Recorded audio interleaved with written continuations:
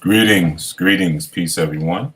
Welcome to our SHEMA reading for July 1st, I believe the day is. And I am Chief Yuya, uh, Chief Jegna of the Anu Life Global Ministries in the Anu Nation. And this is basically for those of you who've never, give thanks, Sister Precious, I'm loud and clear, who have never visited or participated in our Shema readings. And for those of you who are here or coming in late, definitely urge you to share with your friends and family that we are on and we're getting ready to get into some fruitful information that's going to do a lot for us all right? Myself included, all right? So prepare for that, all right? So again, welcome to the space, Shabbat Shalom. Thank you for coming through, and I'm sure you're coming through with your full mind, attentive, and a perfect atmosphere for you to absorb and for you to learn, all right? So as we do every strong or every week, and every Friday, we always begin our reading off by reading the preface of the Anu Way. And we do so just to kind of remind ourselves of the scholarship and the dedication that's required in order for us to dig into a doctrine that's actually sound and sensible, that makes sense, and it just reminds us, it keeps us humble, but reminds us of how we need to approach. It's not always just enough to approach the information, but you have to know how to approach it in order to maximize your results. All right, so I'm going to start with the reading of the preface, and I'm sure it may not be as colorful as what you're used to, but bear with me. All right, this book is not to be read only once. The words in this volume are delicately selected and implanted as a code to unlock the treasured faculty of your own brain and reaffirm you with the undeniable spirit of reformation and mercy. Read the words of this book of knowledge and wisdom out loud. As you apprehend what is departing from your mouth, you will organize your environment and body aura with the property of this dedicated text. Understanding is an earned perception. You may read a section of this tome and it may not penetrate today. Apprenticeship is for you to reflect on with humility. Discuss the convictions of this work with your Anu brothers and sisters. Share this information with your people.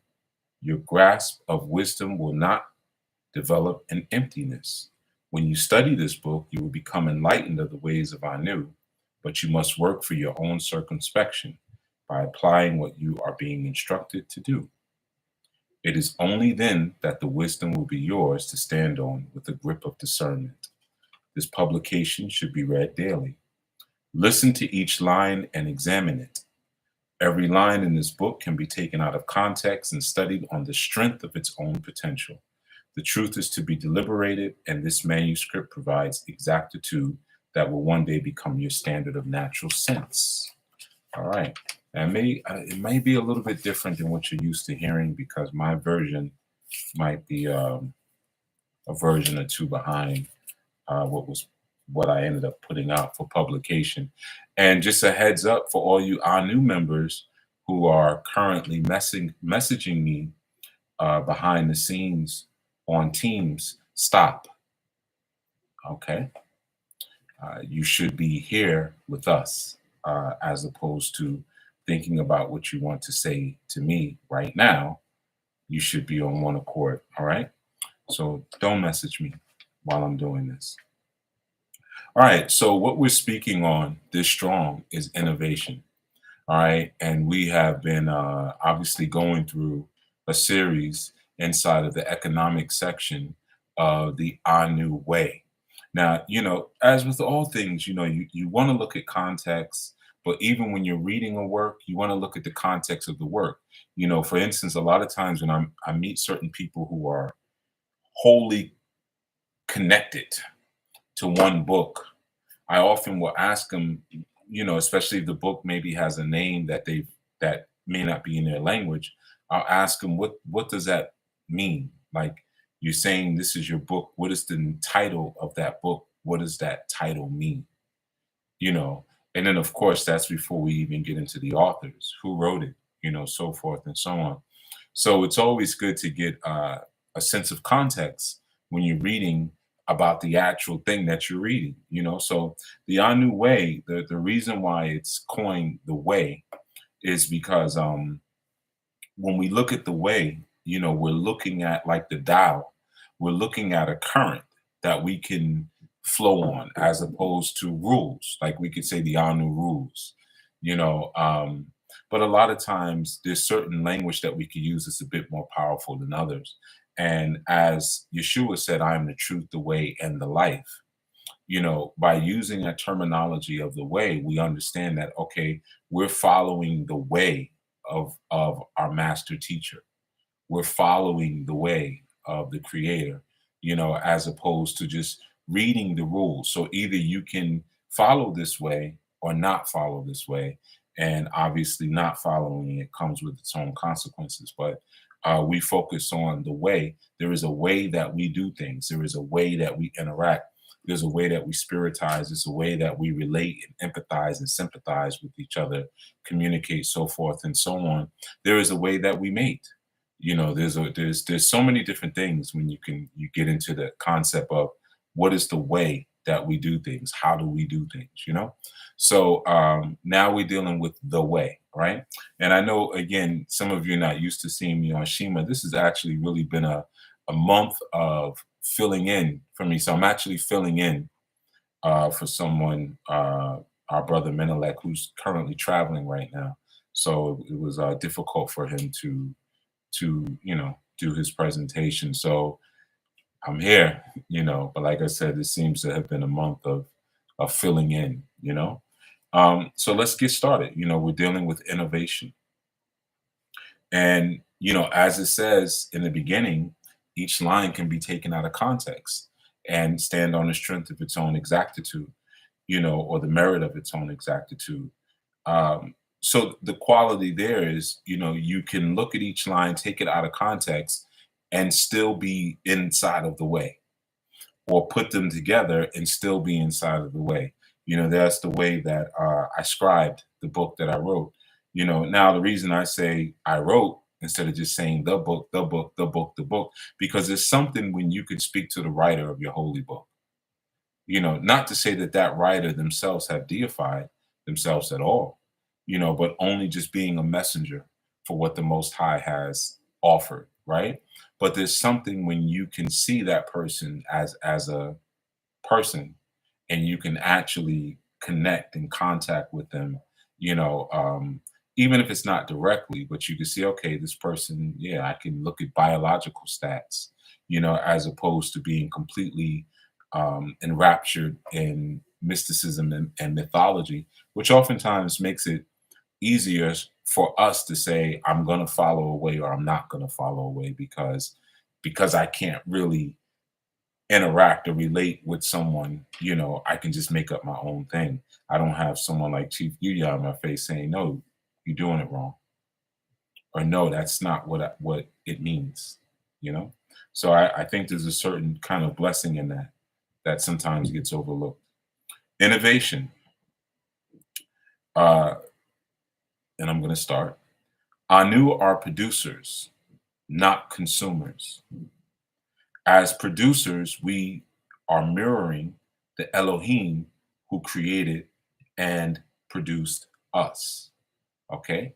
So let's start with the first line. Anu are producers, not consumers. Now, why is that distinction made? Producers versus consumers. There's so many different levels to that one, right? But, when you think about consumerism within a capitalistic society, it is consumerism that actually is the blood of a capitalistic society. So as a result, there is a whole psychology that's imputed into the mind of the consumer in order to fuel capitalism. one of the things that one of the driving forces of consumerism is low self-esteem.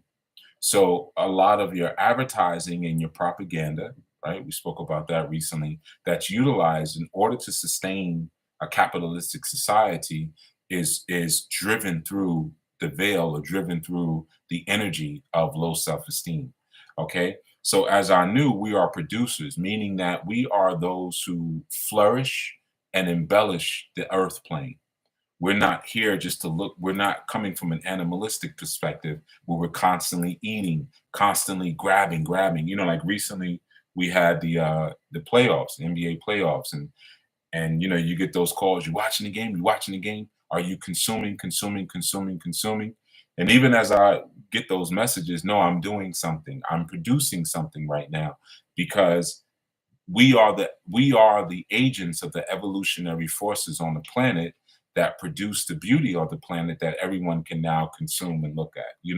So as I knew, we are producers. We produce, and in order to produce in a divine way, it has to couple itself with creation. So that within itself. So now when we say as producers, we are mirroring the Elohim who created and produced us. Now, why did again we make a distinction, though those two sentences are directly related to each other, right? The Elohim, Elohim, right? Or Elohim, simply meaning the multiple deities or the multiple gods. Okay, so some will say Elohim means gods and goddesses. It could mean gods and goddesses, but him, anytime you see the him, it's dealing with plural, right? So like you may have kokovim, stars, right? So the im is plural. So the root is elo or ilah or Allah, right? So elo, ilah, Allah, Allahim, Elohim, Elohim, multiple deities, right? So we are mirroring the multiple deities who created and produced us. Okay, well, why is there a distinction between creation and production? Creation is the masculine energy and production is the feminine energy. Okay, so that's why, as I knew, we are producers, not consumers, because in the world of matter, mother, we choose the divine path of production. See, a woman has the ability to produce a baby from the liquid light that she's given from the masculine creator energy. You see, so that feminine production goes hand in hand with masculine creation. You see, so we are mirroring that energy of creativity and production. We're mirroring that just in our economics. So we put more emphasis on creating and producing as Anu than we do on consuming, because especially inside of a capitalistic society, the value of those citizens slash slaves inside of that society is based upon their potential for consumption. The more you consume, the more you can get, whatever kind of car you're driving, whatever kind of boat you own, or plane you own, or clothes you have on, shoes you have on, so forth and so on, determines the value of you as a person based on the models of consumption, as opposed to those who are raining down consciousness from the higher level, like the Elohim. The value of their deityhood or the value of their celestial energy is based on the quality of what it is they produce. Because as we know, a tree is known by the fruit that it bears, right? So a tree is not necessarily known by the other fruit that it consumes off the other tree's branches. Then it wouldn't really be a tree. It wouldn't have that sacred placement of being a tree.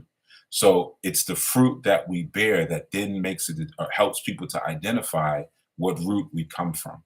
So as Anu, as producers, we are mirroring the Elohim who created and produced us, created and produced us, two-stage process, because creation happened on the mental plane and production happened on the physical plane. Okay, so there are some of us who are created and were never produced.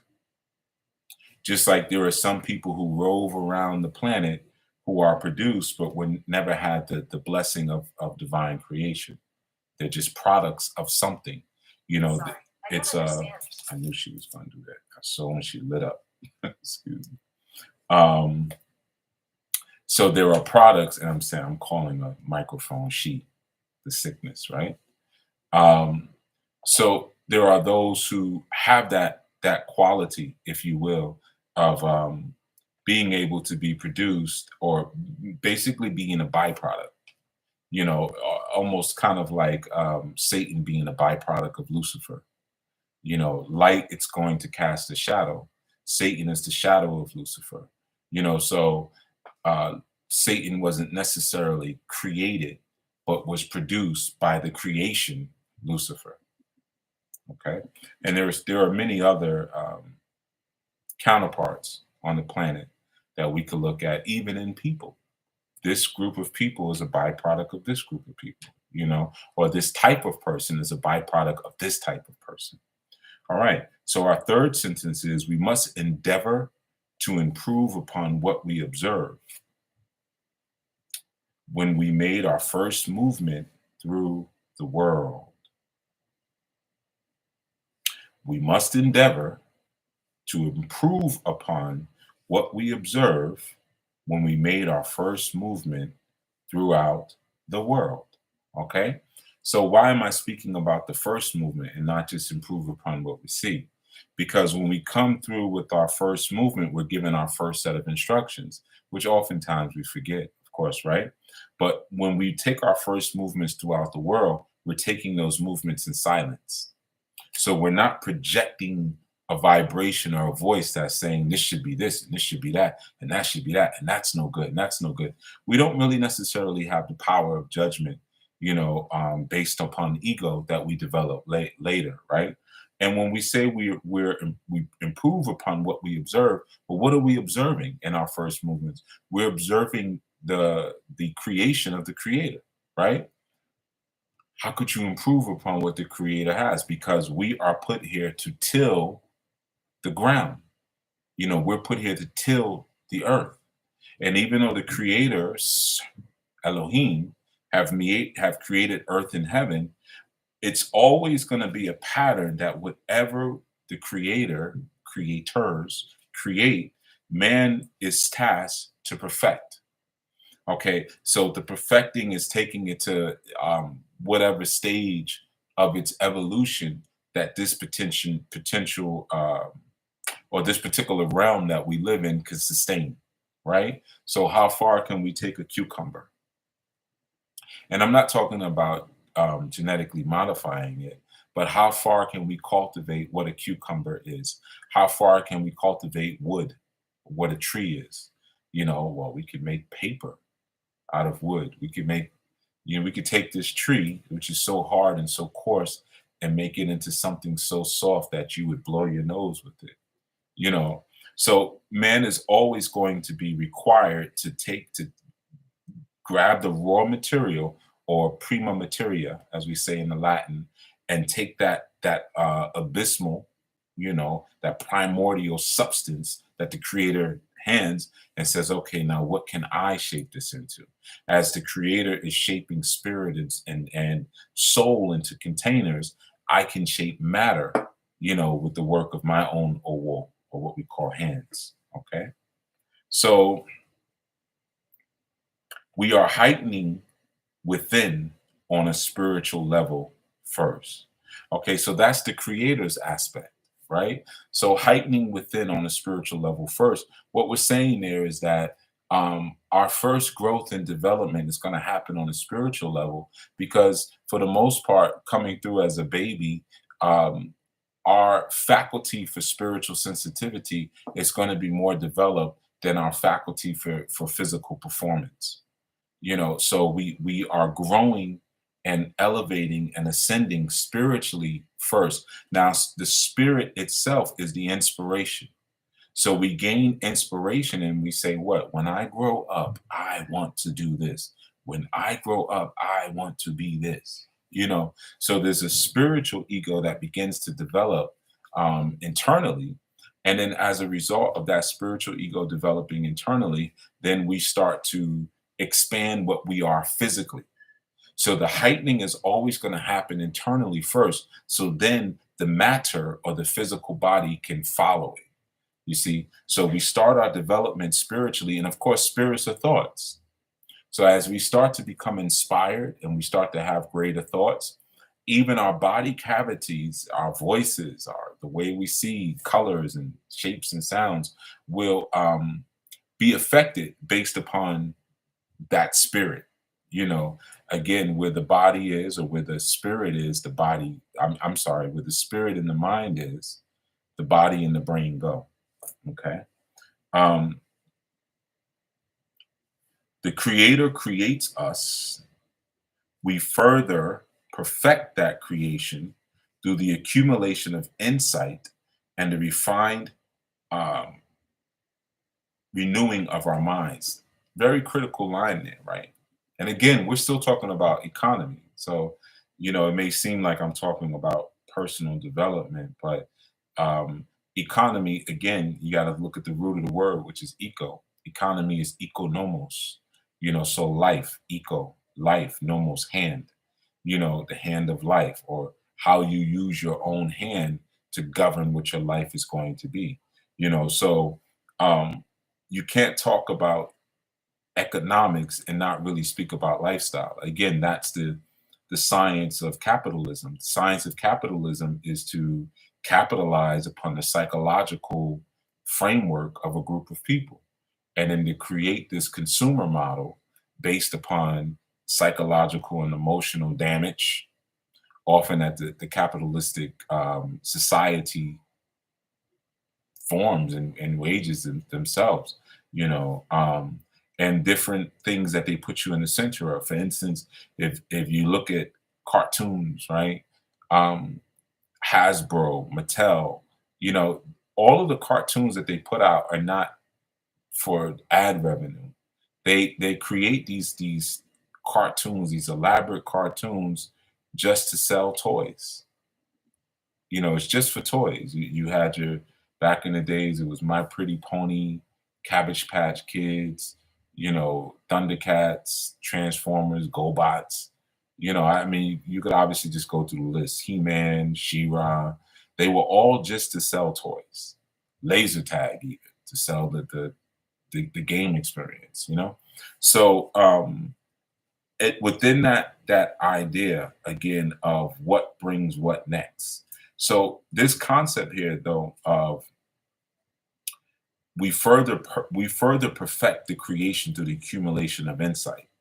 Okay, so starting there, there's a level of insight that we have, and it's really more outsight.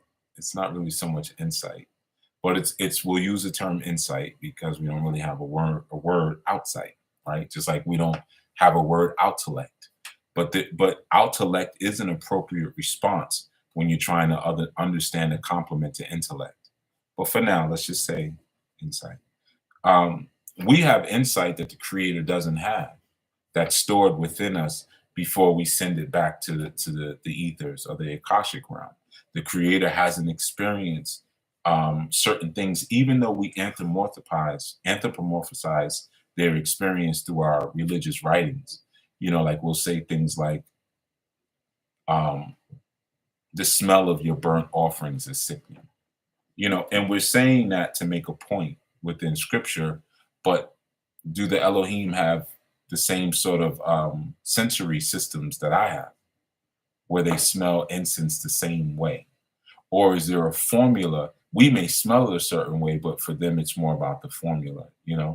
Um, so there's certain insight that we accumulate throughout our journey that allows us to now look at this creation and say, you know what, based on what I've experienced here down on the earth, it can go this way, it can go that way, it can be this, it can be that. A diamond can be this and that. A piece of marble can be this or that. A ruby, a gem has so many other purposes.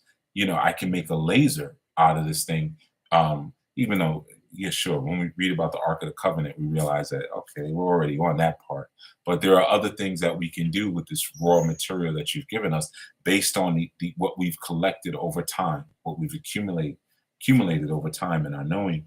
And then the other part there, and the refined renewing of our minds, probably one of the most critical lines in the whole paragraph, because that is typically the stumbling block of a lot of people who come into consciousness, is the renewing of your mind.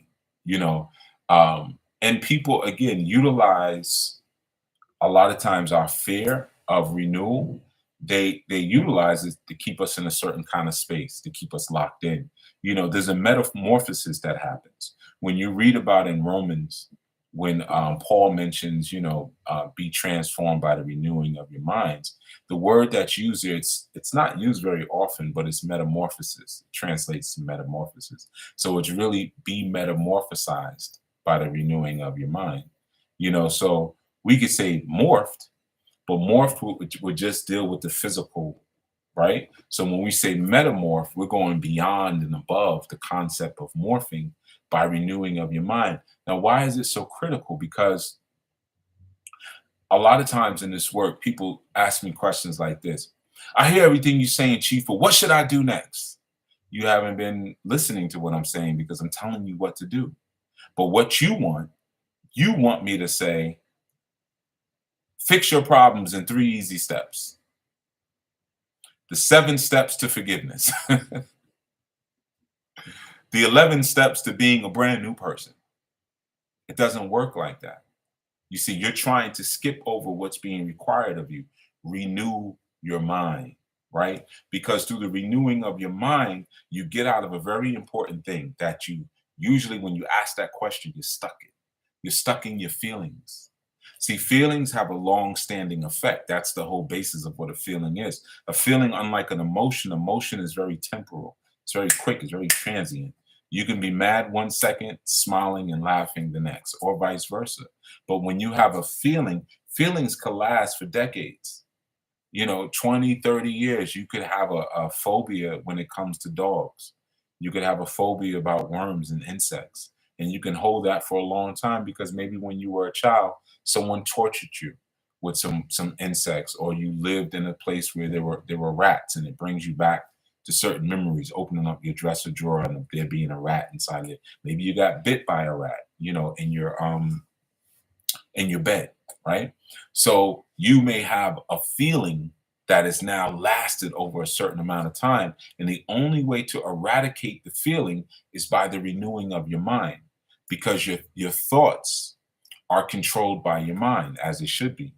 And in the mind, those thoughts then create different emotions, and those emotions begin to wash over those feelings to create different sort of long-standing feelings.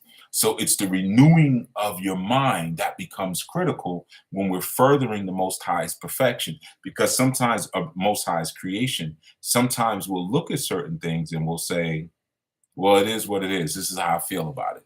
We'll look at ourselves as creation. This is who I am. I'm gonna die this way, without realizing that's nothing but a feeling. That's not truth. That's just a feeling. So now, can you take that feeling and can you renew your mind beyond what you're holding on to? Can you metamorphosize yourself beyond that? And not only what will happen is your thoughts will change, your body will change, your spirit will change, your emotions will change. Your aura will change, because you've committed yourself to renewing your mind.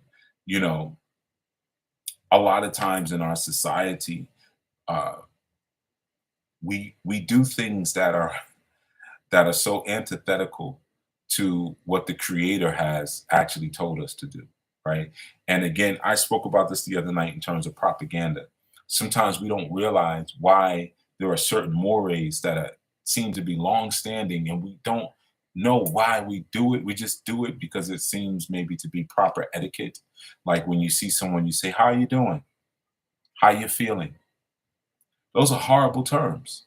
How are you doing? So I base everything upon doing, not how are you being. Now, of course, if we say like, "Yo, how you be?" That seems corny. But at one point, we did say that. We did say that in urban areas. I'd be like this. There's a great song by De La Soul. I think it's either B or I Be. I don't remember the title. But that's what it speaks about. like being, like I be this, I be that, I be that. That's basically the song, but it's a very interesting concept, right? So what we say is, how are you doing? What are you doing? What are you up to? Here's another great one. How are you feeling? Hey, how you feeling? You see, so we already use this propaganda of keeping a decrepit mind by not focusing on the renewal of your mind. We might say, "What's on your mind today?" Or sometimes I'll ask people, "What's in your thoughts today?" And I find that 95% of the time, if not more, when I ask people that, they tell me how they're feeling. What's in your thoughts? I get this all the time. What's in your thoughts today? "Oh, I'm just feeling blessed. I'm just happy to be here another day." I ain't ask you how you feeling.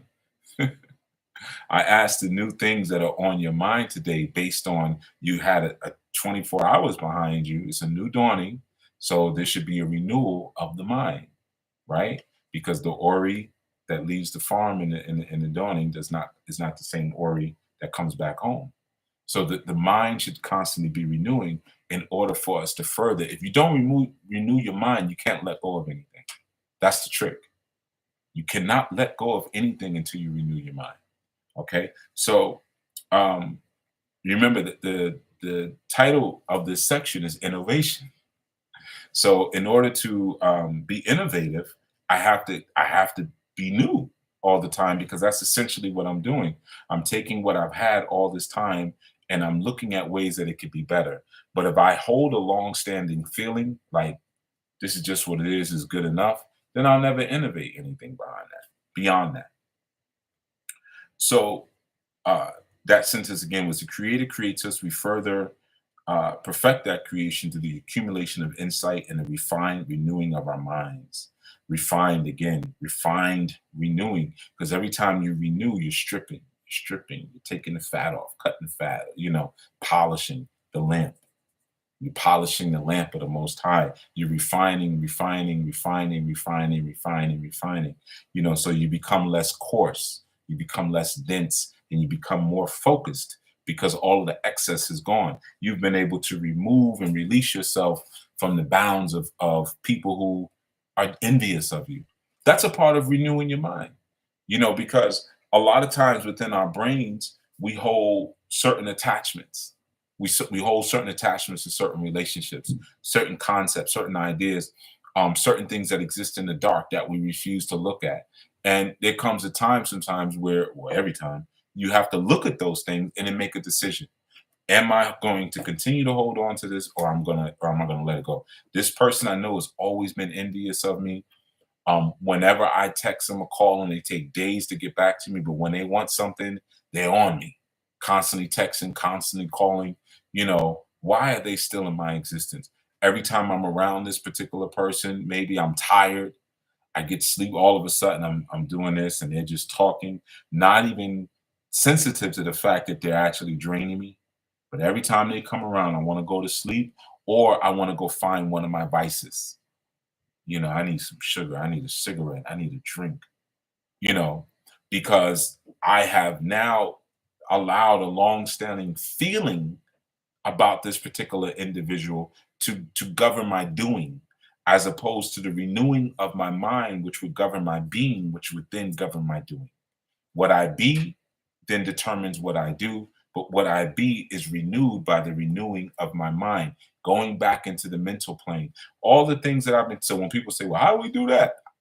I've been teaching that this whole entire time. But there's a part in people that will pretend like they didn't hear. They'll pretend like they didn't. Well, I didn't hear when you talked about the renewing of the mind.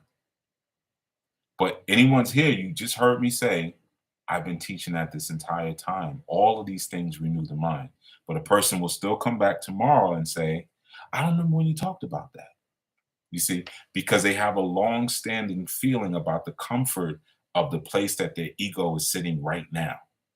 And that long-standing feeling prevents any level of internal innovation, which then prevents any level of external innovation, which we see also in the consumer market. It's very difficult to introduce new things because so many people work off of feelings. How many people eat with their feelings. I feel like, what do you feel like eating tonight? I don't know what you feel like. Not what do we need? Let me take a look at you. Yeah, yeah, look at your eyes. Okay. Yeah, you got to get some more vitamin D, or you need some more vitamin A.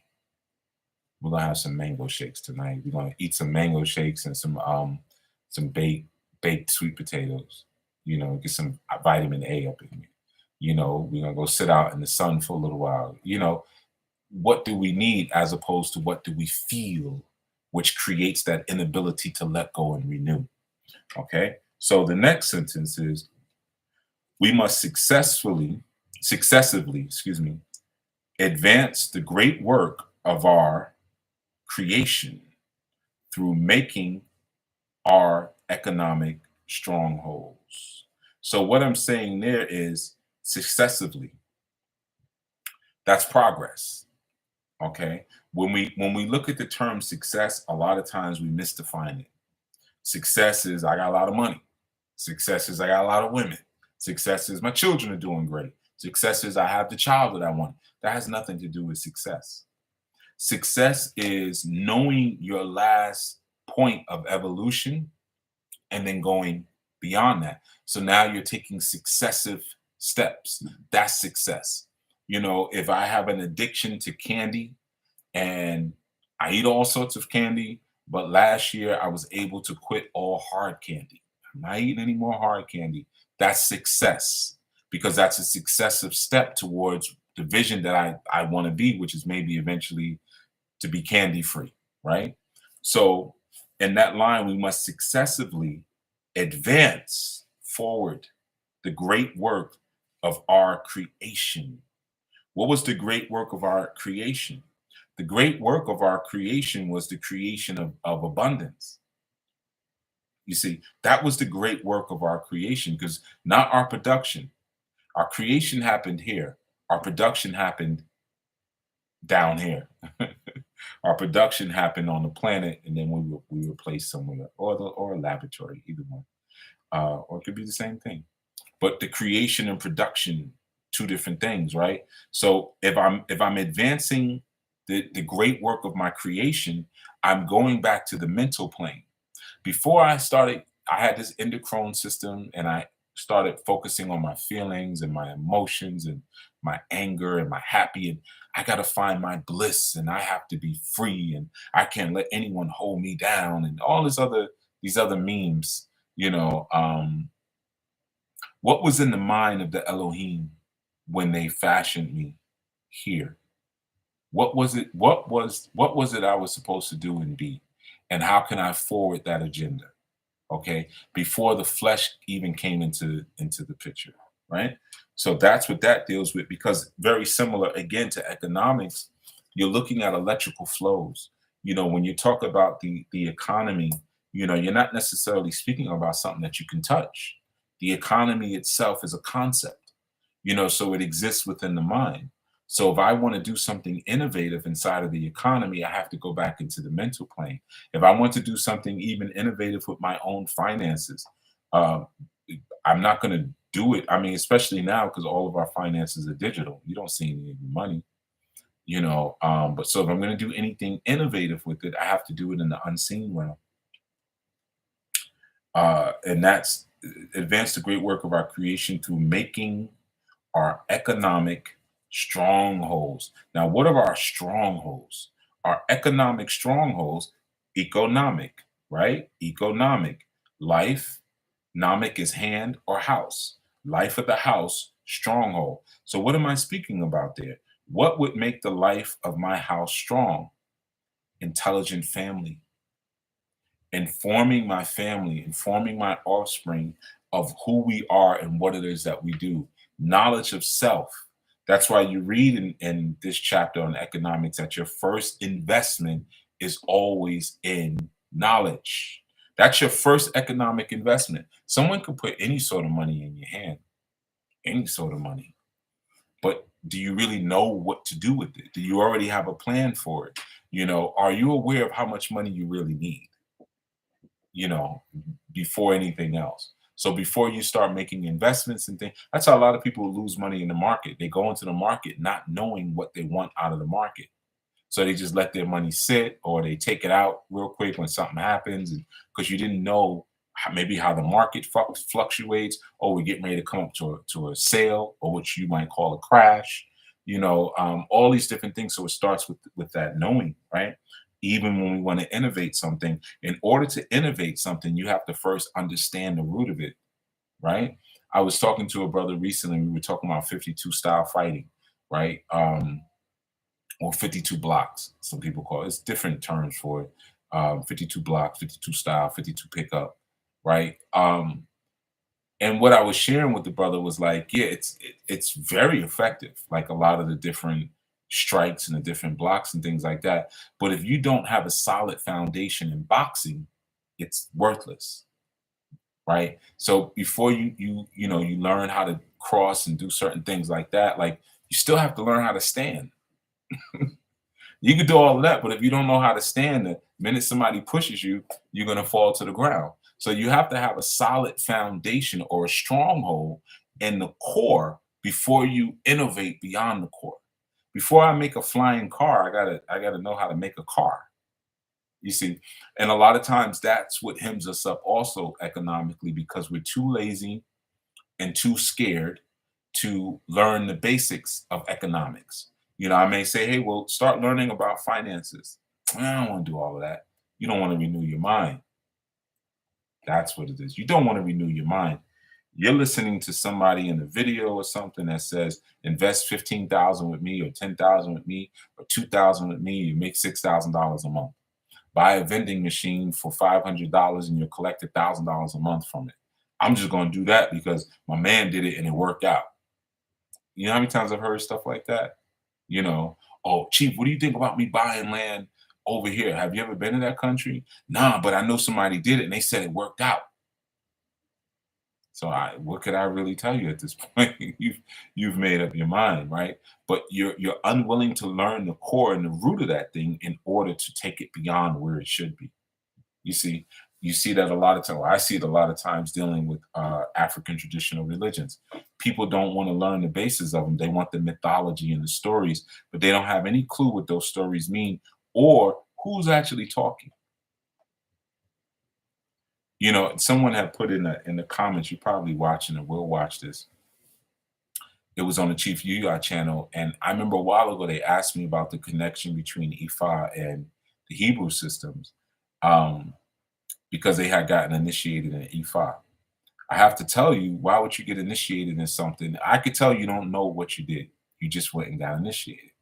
And I would first say, for anybody who has that type of concern, what is your connection with Ifa?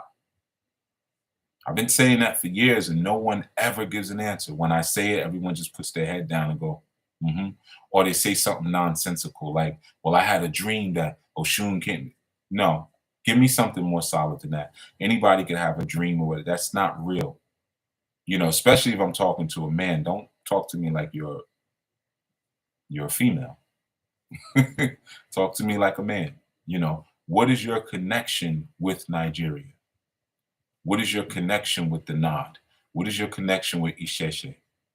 Tell me that first, because I can tell you your connection to Israel. I could tell you that. Tell me exactly how you are connected there and not connected to the Akan system in Ghana, not connected to the Chi system of the Igbo. Tell me how you're not connected to those, but you are specifically connected to this one here. Now, I already know how you're specifically connected because we live in a capitalistic system. So you're already used to paying for everything you get. So some Babala priest says, pay me money and I will introduce you to God. What kind of God needs your money? I don't even care if the money is for an animal. What kind of archetype needs anything from you?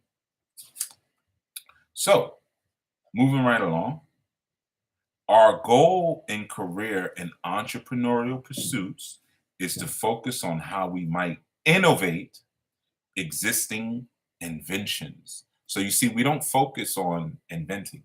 There's nothing new under the sun. Remember that? There's really nothing new under the sun. What we're looking to is, again, because we are mirroring the energy of the Elohim, we're looking at what's present and how can we evolve it. Because we were given a commandment to replenish the earth, be fruitful, multiply, replenish the earth.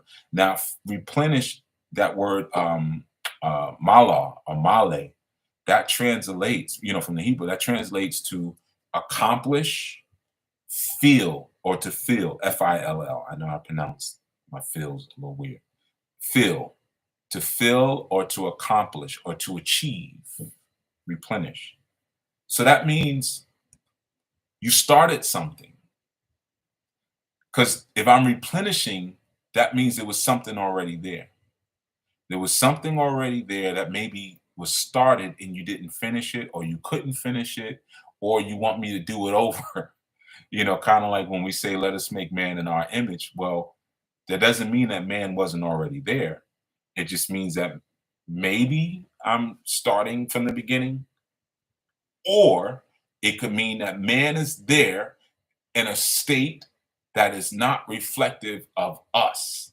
But we can use man being men and women, we can use them as prime material or as primordial material. We grab them, bring them over here, we make them, remake them in our image, then we plant them in this garden away from the other savages. Okay. So it could mean that. So replenishing is, again, an example of innovating. There's something there, take it now further. Okay. So then we look at innovation takes something that exists and engineers a method to make it better. Now, why don't we just say innovation takes something and makes it better?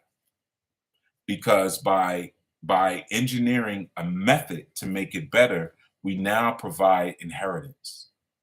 You see, we provide inheritance. We're not just looking to say, okay, I'm going to take this car and I'm going to figure out how I can run the car, make it uh, more economical when it comes to fuel, or figure out how to get it to run on water.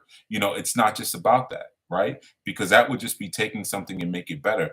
But if I establish a method, that means that every time I want to make something better, I have a pathway that I can go. So yeah, I've made it run on water using this method. Now let's use this method to make it run on air and to be self-refueling and to self-regenerative. Can we make a car that repairs itself using our method, right? It's just like when you look at leadership. There are certain methods to leadership. You can make a leader, right? And then if you make a leader, it's great, you got one leader, and that's a cool thing. However, if you establish a method for leadership, if you establish an actual operation of what a leader should be, if you say, okay, you know what, leaders should be empathetic, leaders should show that they are willing to walk the talk.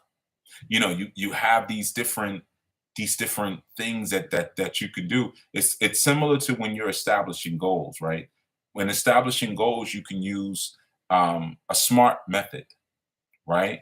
And there are different things that you can look at and say, okay, this will help us to achieve our goals. Make sure that the goal is measurable, right? Make sure that it's achievable, right? Make sure that it's realistic.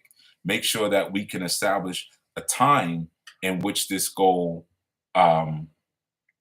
should be done, right? So you can use a method and look at this. Okay, if we follow that template for every goal that we set, it's always going to make sense. So when we're innovating something, we're not just looking at make this thing better. We're looking at a method to run everything through. Like you build a factory, there's a conveyor belt. Anything you want to make better, just push it through there, and we'll run it through our paces. We want to make leaders. Okay, what does a leader need? Well, there's different kinds of leaders. Well, depending on what we're doing or where we're going to send this leader, do we want a charismatic leader? Do we want a manager? Because a leader and a manager are two different things. A manager is typically formally known as the lead, as opposed to maybe we want someone who we don't formally elect as in that role, but they're recognized as a leader, maybe again because of their charisma, or what we call implicit leadership, right? Or we have the leader member model. The leader member model is um, well, a leader may have a group. Let's say you have 20, 30 people that you're over, and you have an in crowd and and an out crowd based upon the performance of each person. Some people kind of lackluster, don't really achieve, don't really try to do anything. You deal with those differently than the ones you do who are committed and devoted and seek and have some level of ambition. There's all these different models, right? So that's a method that we can utilize when we're forming leadership. Like, is this leader persuasive? Does this leader know how to form one-on-one relationships with the people that they work with, or is everything that they do is it very formal and from a distance? Does this leader know how to inspire? Look at the president of Russia. Great model. You could tell he came through a school of leadership. He knows how to use he knows how to how to use charisma. He puts his own self in the game. When attacks were coming, it was his family, his children were the ones who were shooting the video and taking the pictures. They were right there in the heat of it all. That's an aspect of leadership, where it's okay. Do you have skin in the game? Are you willing to walk the walk? Or walk the talk. Excuse me. So that's where we speak about innovating. We're looking at methods. What is a better method to build a car? What is a better method to repair a shirt? What is a better method to do live broadcasts, right? That's our the way we're thinking, because like we say, we engineer a method, not create, not manage, not even develop. Engineer. Oftentimes, as an engineer, you may be hired to come into an environment and improve it. Educate those who are here. Here's a better way to do what you do. Let me look at your processes. Okay, we can engineer, we can rebuild a machine, and the machine may be again the process. And again, it might apply to people. We can engineer better people, and we can show you how to do it in a way where the results are repeatable. You can keep achieving the same result, excuse me, over and over again. Okay. So now we look at the next sentence. Consider the use of voice commands to type. The invention of the typewriter led to the innovation of the word processor, which was later included in the personal computer, which had a virtual word processor installed in it. First computers that were like personal computers, that's mainly really all you could do is type documents, because it was based off of still that typewriter model. And if you think about it, your phone is based off of the same model. They all use the same keyboard. If like, depending on what country you're in, obviously what language you speak, but they all function on having some type of typewriter to type in, right? Um, the modernization of taking machinery that was once large, unwieldy, and mechanical and figuring out virtual emulations is an innovation that has changed a world, right? So there are certain things, again, typewriter. I don't need a typewriter anymore because I have a phone. And I don't even need a big phone because I can speak into my phone and my phone will type. So now this big heavy thing that I used to have to lug around and get ribbons for and string it up with the ribbon and get ink all over my fingers and everything like that. I don't have to use that anymore, because ultimately when you're evolving something and you're innovating, whatever you innovate or evolve in your economics is always gonna usually result with doing away, subtracting, or minimizing, right? So your cars nowadays have less decals and less lines than cars of old, right? They're easier to make. That's why when you see a Toyota, doesn't matter which model, it's a Toyota. When you see a Lexus, it's a Toyota, right? Because they make it very simple. When you see an Acura, you're looking at a Honda. When you see an Infinity, I'm looking at a Mazda. When I see an Audi, I know I'm looking at a Volkswagen. Because we've learned to establish this method where we can take a core and then we can expand upon it, but we keep everything very, very, very simple. You see, it's similar to Bentley, right? When a new model or a new year of Bentley comes out, Bentley's only coming about three different colors. You're not going to get from the factory an orange Bentley. They don't make them. You may see one in the video or something, but it didn't come from the factory like that. You can see a white Bentley, black Bentley, blue Bentley. you know, they've minimized it and understood that a part of our method also is the exclusivity and understanding that you give people less choices, they'll spend more money. Come out with a watch every year and only come out with two models. They become more exclusive all of a sudden, as opposed to you come out with 30 different models and everybody's confused. I don't know which one to buy. I don't know what's the best one. I don't know. So what you're really looking at there, a lot of times in your innovation, take something that's big, make it small, or do away with it. Because the more we move into a society where things are being stripped, homes are being stripped, people are being stripped of their families and becoming a lot more nomadic, the more you can speak to that lifestyle of, being decimated. I lost my house in a divorce. I lost my car. My car was stolen. I moved back into my parents' basement. I'm living out of my car. So that means everything I utilize has to be small and portable and easy to charge up. One of the things that one of the biggest challenges that the movie industry had years ago, right? Not that long, but good amount ago. Where they were trying, because this whole like nobody really watches TV anymore. This has been an old agenda where people have been seeking to get rid of television, right? And when the personal computer came about, the desktop computer back when they were still cream colored, uh, there was a whole initiative even then to try to eradicate television, right? And the biggest challenge that there was at that time, I was deeply entrenched in Microsoft, as far as being a Microsoft developer, tester, and I was teaching for Microsoft. So I got to I got to sit and listen to a lot of conversations that helped to shape the world that we're in today. And the biggest issue that they were struggling with at that time was that TVs had one thing the personal computer did not have. With all the things that the personal computer could do, TVs did not have. Personal computers did not have instant on. That was the issue.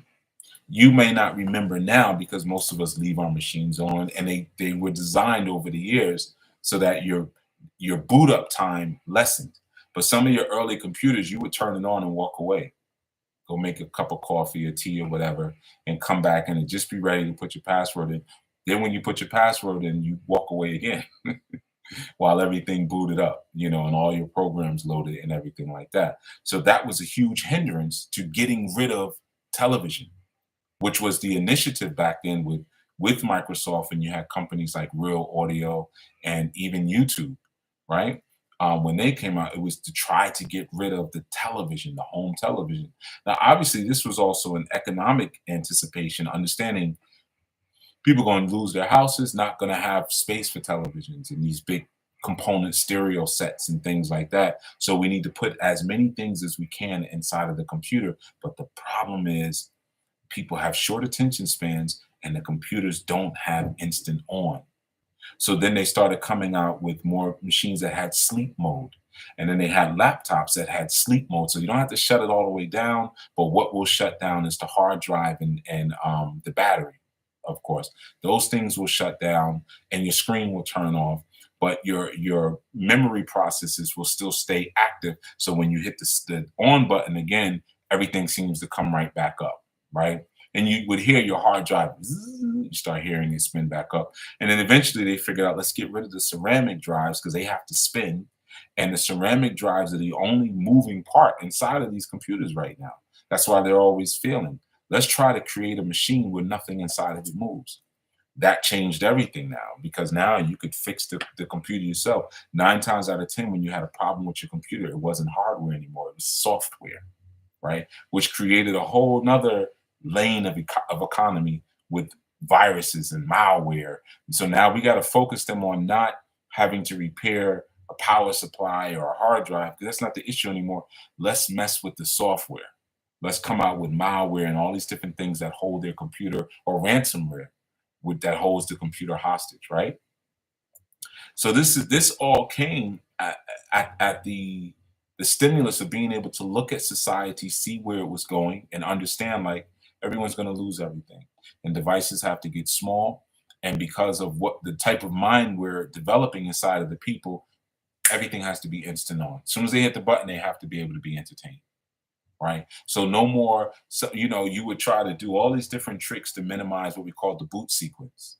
And the boot sequence was just the computer loading up the operating system, loading up the BIOS, or the BIOS first, and then the operating system. And then you might have some startup programs. Like every time I turn my computer on, I want Microsoft Word to pop up, or Excel to pop up, or Internet Explorer, or whatever. They don't even have an Explorer anymore, but that's why I'm taking you back there. And then they figured out a way to kind of kill the boot sequence. So now you're on your phone and you enjoy your phone so much, because as soon as you hit the button, you can do whatever you want to do. In fact, not only as soon as you hit the button, the phone looks for you. The phone has notifications that go off that call you. Hey, come in, come in, come in. It keeps you constantly in it. That's all done on purpose. That's an innovation of technology. Now, the problem is with any innovation, economic or otherwise, if it's not accompanied by a divine consciousness, then it becomes destructive. It becomes GMO food. It becomes Kellogg's cornflakes. Cornflakes was a great formula that man created. The first version of cornflakes, it had so many vitamins and nutrients in it. It was a really good thing that he did. And then unconscious science took it over and said, let's coat it in sugar, because we have this agenda to get them hooked on sugar, and let's use genetically modified corn and all of these different things, which now completely destroyed what he built, right? Going to the next line. Consider the processing power that exists on your phone. It contains more processing power than a room full of computers that were used many years ago to launch satellites into outer space. Innovation is the key to financial relevancy. Okay, so you've heard me say that before about the phone, but that last line is really the key here. Innovation is the key to financial relevancy. Why is being relevant so important? It goes back to those goals, right? Those goals that we look at when we look at turn off my notifications. When we go back to the whole concept of, well, how do we do things in kind of a cookie cutter sort of way, if you will? We have to look at goals, and we have to look at ideas, that are relevant. So again, like I said, if we're looking at even the SMART format, we're looking at goals that are specific, right? What exactly is it that I want to do? I want to set a goal. Somebody may say, well, I want a lot of money. Doesn't help. Or let's say if you have a staff that works for you, you sell phones. You sell phones, right? You have a staff meeting and you tell all your staff, look, we're having some financial issues. I want everyone to sell 500,000 phones, or 500,000 phone contracts. Terrible goal, right? If you say, I want everybody to sell 5 phone contracts, terrible goal. Why? It's not specific. And more so not specific, it's not time-based, right? So if I say, I want next week, I want everyone to sell an extra 5 phones, or an extra 5 phone contracts, right? That's specific. It's measurable, right? I can see that you sell 5, or that you not sell that you not sell 5. Is 5 more achievable than 500,000? Probably, depending on the type of business that people do. So now we have specific, we have measurable, and we have something that's achievable. Here's the key in this last line: innovation is the key to financial relevancy. Is the goal relevant? Will selling five extra phone contracts or five extra phones, is that relevant to the vision of the company and where we're looking to go? Is it relevant, or will it make no difference? You see? So is it a goal? Sometimes we come up with goals that just make no sense. And I know our new members, you probably like, "You talking about me?" I'm not talking about you. Don't be so narcissistic. But you do come up with goals that make no sense, especially when you're in hot water and I put you in the hot seat. You do something you're not supposed to, and I say, "Okay, what you gonna do about it?" And you just come up with something silly. You know, you come up with something. You know what? I'm gonna buy a boat, and then on the boat, I'm going to do this cruise, but it's going to be a conscious cruise. And I'm going to teach people about their culture and their history on a cruise ship, because, people like to take cruises. So you'll take a cruise and you'll learn about, and then I'm going to have my friend does food. So they're going to cater the event, and we can make a little bit of money off the cater. What? That doesn't make any sense. It's not relevant to maybe what the issue is. Maybe the issue was that you said you were going to start a basketball team for youth and you never did it. And I'm asking, wait a minute, you pledged you were going to do this, you never did it. What happened? And you start talking about a cruise ship. You see? So your goals have to be relevant, and then they have to be time-based. So if I say next week, everybody sells an extra 5 phones. You see? I've covered my bases. So that method alone will keep me relative. But relevancy is the key to innovation. It's got to be relevant. It's got to be something that people actually feel like doing. What's an easier way for me to cash my check? How do I innovate that in a way that it's relevant? Well, first I have to find out, do people still cash checks? Well, most people get direct deposit. So why is this an issue? Well, there's companies that will give you your check amount before your check comes out. That's relevant. Why is that relevant? Because a lot of people have no economic and financial training. So they're living check to check. So they're in trouble with certain bills because that bill may come before their next check comes. So now I start a company that will give you a loan, same day loan. I'll give you a loan based on your pay stubs and your employment status. I know you get paid on Friday. I understand you need today's Tuesday. You need the money today. I'm going to give the money to you today with a fee, of course. And then when Friday comes, I'm going to take your check, or I'll put you on a payment plan. And over the course of a month, you'll pay me back my money, right? That's relevant to where people are. So you have to be relevant in any way that you innovate. In the same way you're looking at the Most High's creation, and you're looking at relevant ways to perfect that creation based on the vision of the Most High, based on what the Most High said. Go replenish the earth, be fruitful and multiply. Okay, cool. So let me look at what's on the earth, how I can achieve or replenish or fill it, and how I can make sure that that goal is relevant to the laws, statutes, and commandments that the Most High has given me. You see, so even when I have a family, and because remember, your family is your first level of economic warfare. So as I'm expanding and cultivating and developing the economic stronghold of my family, my goals are going to be relevant. They're going to be based on a timetable. Even with the children. Hey, in the next 3 months, I want you. Hey, you'll be 13 soon. You know what that means. Hey, you'll be 16 soon. You know what that means. You'll be 7 soon. You know what that means. So there's timetables, and it's relevant to where we're seeking to grow, and it's always going to be specific. Them nappies are coming off soon, sweetheart. You know that, right? You're going to be this age soon. You're not going to be wearing those nappies. I'm not going to be in the sink. Bob ain't going to be in the sink washing your poo-poo out of your nappies anymore. We're going to be at this age soon, and this is what's going to be required of you at this age. Specific. You see, measurable, you see, achievable, relevant, time-based. It's just an example, but you look at leadership. Again, there's formulas. And when we innovate different formulas, what we're doing is establishing a deeper measure of confidence within our community, because your confidence comes from your formulas. Your confidence comes from your formulas. Your confidence comes from your formulas. So when you're able to establish formulas for innovation, How can I always look at something and figure out how to make it better?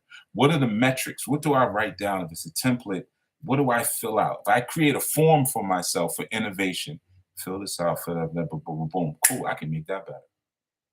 Now I can be hired as an engineer. Now I can be hired as a management consultant. Now I can be hired as a leadership trainer.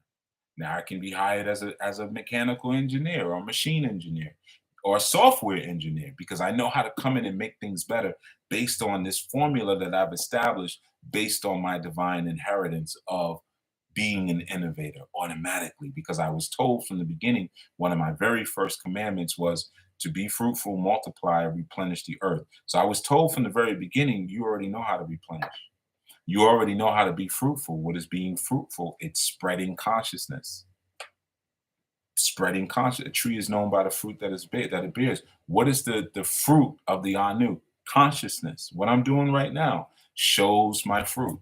You see, being fruitful doesn't mean go have. It could mean have a bunch of babies, but that's not necessarily what was being spoken about. Be fruitful because you already had this relevant backdrop of trees. You were in a garden. So you know what fruit is, because the only thing you don't even eat out of the ground. You only eat from the trees. So if I tell you be fruitful, multiply, what are you watching? You're watching all these trees with and these seeds and herbs that I gave you. Oh, if I plant them, one seed will produce this much fruit. You see? One lemon seed, one avocado seed will produce a whole tree. Be fruitful and multiply. So take these things that I've given you, plant them, nurture them, cultivate them, and expand them further than where I gave them to you to expand, which is going to require us letting go because innovation and expansion always comes at death. What do you think a seed does when it's in the ground? It looks so beautiful when it comes up. Oh, look, man, I got the little plant. Do you realize that seed just died inside of there, inside of the ground? You didn't see it, so that you don't see that agony of that new life bursting through the shell of that seed in order to multiply itself. So it always requires that letting go of such and that death, going back to 2001 A Space Odyssey, to evolve beyond form. Because coming from a seed to a tree is a metamorphosis, you see, and that metamorphosis required the renewing of that seed's mind. How do I perceive myself? How do I see myself? I have to renew that in order to transcend myself and let go of these feelings that I'm just a seed. I'll only ever just be a seed. I'm just a caterpillar. I'm just a child of a whore. I'm just a child of a gambler or of a drunkard or of a drug addict, or I'm just a drug addict. And I have this feeling about that. And I'm always going to have, I went to my 12-step program. They told me to say that I'm going to be an alcoholic for the rest of my life. Yeah, your brain does change based on your addictions, but sugar will do that. Sex will do that. You see, I'm addicted to intimacy. Intimacy is my drug of choice. So it changes my brain patterns, you see. But how am I identifying myself? I'm identifying myself with my core objectives and mission and general standing orders that the Most High gave me. I don't identify myself with my body or the vices of. I need those vices. I'll do a segment on that one day, but this is about innovation. You need your vices, though. Everybody has them. All right. So that was pretty much it. I didn't ask any questions in the chat. I know normally they ask a question, but I just kind of jumped right into it. So please forgive that. I'm covering, so I didn't really get an opportunity to prepare. Probably wouldn't have prepared the question anyway. I'm gonna keep it honest with you. But I will go to the chat if there are any relevant questions or comments. And peace to everyone who's in the chat, everyone who was here, came and went, stayed, whatever. Greetings and peace to you all, of course. Yeah, okay, cool. I think everybody was mainly just listening, it looks like. I don't really see any questions or anything. All right. So I'm going to close this out so we can get on to our Sabbath and, get on to our time of resting and regeneration and renewal. I did a podcast not too long ago on Sabbath. So if anybody is also still curious about why do y'all do the Sabbath? I thought y'all was some deep African spiritualists. You shouldn't be doing that. You know, colonialistic religion and observing the Sabbath. So anyone who's confused about our Afro-Semitic traditions that cement us as a tribe so that we can have patriarchal tribal authority in this day and time, and as we've had in ancient times, you could definitely check out that podcast I did called Sabbath. I don't remember the number, but you just look it up, you'll find it might have been around 56, 57 as far as episodes. And of course, if you want to join our new, like I always say, come join the family. If you don't have a family, we'll be your family. As long as you're able to comply with what we live by and join us in unity and collectiveness, you can always go to anulifeglobal.org. There's a link in the chat right now. I see it. But ANULIFEGLOBAL.org. And you can just go to the join page and you can learn more and everything like that.